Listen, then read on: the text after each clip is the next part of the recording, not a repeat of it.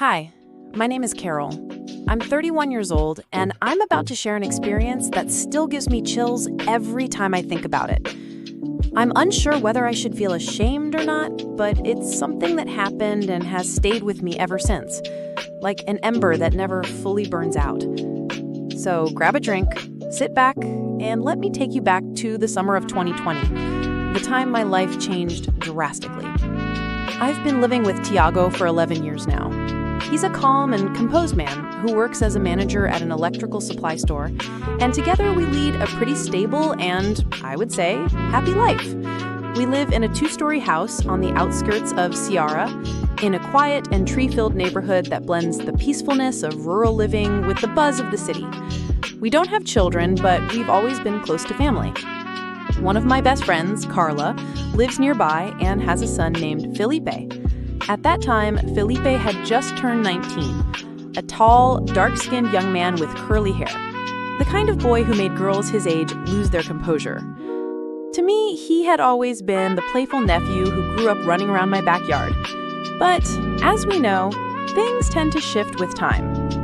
It all began on a humid Friday afternoon. Tiago was away on a business trip to São Paulo and would be gone the entire weekend. With the house delightfully quiet, I was enjoying some much-needed relaxation when Carla called in a panic. Her plumbing had burst, and she needed somewhere to stay while it got fixed. While explaining her predicament, she mentioned that Felipe already had plans with his friends on Saturday and asked if he could stay at my house instead. Without giving it a second thought, I agreed. Later that evening, Felipe arrived carrying his backpack and greeting me with a bashful smile. "Hi, Auntie. Thanks for letting me crash here." I showed him the guest room and settled in for what seemed like another ordinary night. Felipe had always been a warm and affectionate kid growing up.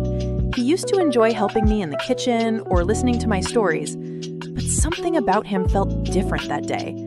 When he headed upstairs wearing a tank top and worn shorts, I couldn't deny what I was seeing. Felipe wasn't just a boy anymore. He was undeniably a man. I catch myself admitting that my gaze lingered longer than it should have. Later, that evening, we decided to order takeout and made ourselves comfortable on the living room sofa with the fan blasting at full speed in an attempt to combat the stifling summer heat. I was wearing shorts and a crop top. Felipe sat beside me in just his shorts. Amid the oppressive warmth of the season, our conversation flowed effortlessly over dinner. At one point, Felipe casually mentioned that he had recently ended a relationship, a confession that naturally sparked my curiosity. As the doting aunt I've always been, I offered gentle reassurance. "Oh, Felipe, with how charming you are, I'm sure you'll have no trouble winning hearts." It was then that he looked at me differently, his eyes holding something unfamiliar, and replied softly, "You really think so, Auntie? I'm not as good with women as you might think." We laughed together at the comment, but that look stayed in my mind like a mark. It was almost 11 at night when I decided to take a shower to wash away the sticky feeling of the hot, stifling day. After leaving the shower, I left the bedroom door slightly open, as I always did when Ricardo wasn't home, and started looking for a light pajama in the wardrobe. When I glanced at myself in the mirror for a moment, I thought, not too bad for my 31 years, and let out a lonely smile. I'm not perfect, but I like taking care of myself, and Tiago always mentions my natural charm, my way of speaking softly that gives him goosebumps. That was when I heard the creak of the door. When I turned around, there he was, Felipe, standing in the doorway staring at me as if he had just seen something unbelievable. I froze completely at the sight of his deep gaze. Not knowing what to do, I quickly tried to cover myself with my arms and stammered, "Felipe, what are you doing here?" He blushed and took a step back, answering nervously, "Sorry, I just came to ask if there was more beer. I didn't know that..." The sentence trailed off, but his eyes said everything. It was impossible to ignore the intensity in that look. I could have screamed or told him to leave, done anything to end that absurd situation, but I can't explain what really happened to me at that moment.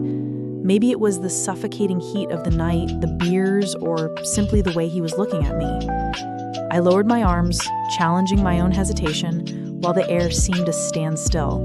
Slowly, he kept staring at me. "You're beautiful," he whispered, and my heart raced. With a nervous laugh, I tried to lighten the situation. "Oh, stop it. You'll scare me." But he didn't smile. He stepped forward and entered the room. "I'm serious. You're different. I've always thought you were incredible."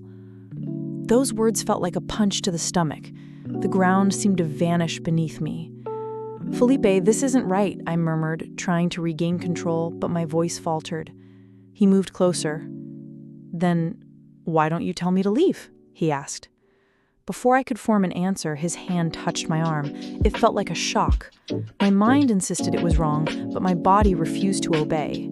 I looked at him, at those dark eyes I had known for so long, and I saw something I had never noticed before, an intense and forbidden flame. My attempt to stop it was cut short by his words. "I know it's crazy, but I want you." Those words shattered my last resistance. I don't know who made the first move. I just know that suddenly we were pressed together, lost in an urgent and intense kiss, something I hadn't felt in years. My hands tangled in his hair, his ran down my back, pulling me even closer. The pajama I was about to put on fell to the floor, forgotten. We found ourselves on the bed, and I surrendered completely to the moment. It was wrong, it was forbidden, but so intoxicating that I couldn't stop.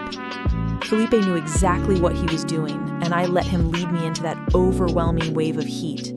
Sweat, muffled moans, everything merged into an endless night. Everything blurred into an endless night.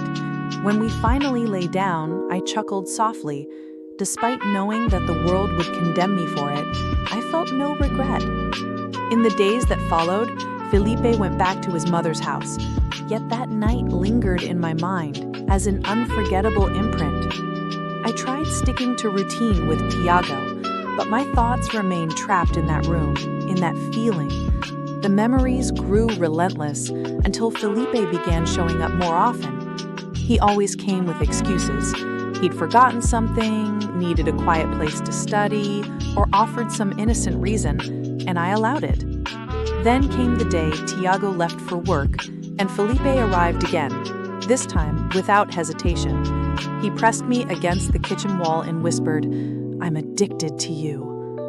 I should have resisted, like before, but as his lips met mine, any resolve I had completely crumbled.